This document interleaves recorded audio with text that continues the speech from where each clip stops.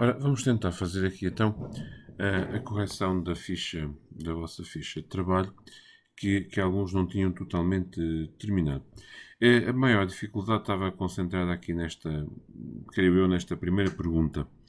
E se não vejamos. Portanto, basicamente aquilo que vos era pedido era que, perante esta situação que tem aqui em cima, não é? Venda de 45.600, venda de 57.000, por aí adiante, determinarem os valores acrescentados. Bem, pressupondo que estes valores estejam totalmente certos, vamos ver aqui o seguinte. Primeiro ponto. Este é o trabalho de um dos vossos colegas, do Luís Cardoso, como está um pouco mais completo, eu vou aproveitá-lo. Há aqui uma primeira questão importante que situa-se aqui. Vocês aqui, não esquecer, no primeiro caso, que é sempre o ponto de partida, que neste caso é o empresário agrícola, ele vende por 45.600 e, portanto, a gente coloca aqui os 45.600. Ele, à partida, fez isto tudo a partir da natureza, portanto, sem gastar nada, e, portanto, o seu valor atualizado, o seu valor acrescentado, são efetivamente os 45.600 que aqui, portanto, aparecem, não é? Este valor aqui. Depois passamos para a fiação, como é evidente que estes valores estão aqui, para a segunda empresa, depois para a tecelagem e depois para as confecções.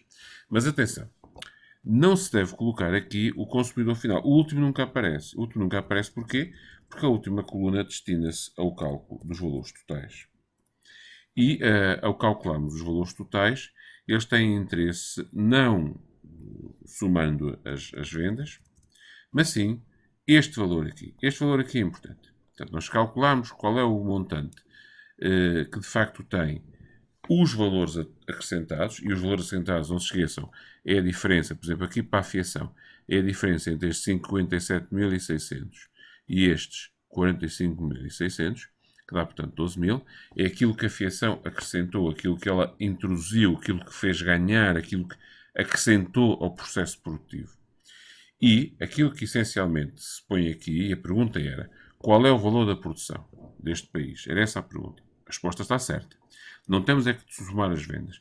A resposta encontra-se em dois sítios. Ou somando, atenção que era a pergunta seguinte, quais as duas formas? Ou somando aquilo que cada setor acrescenta, e temos 103.500, ou indo à última venda que foi feita, e temos, portanto, também 103.500.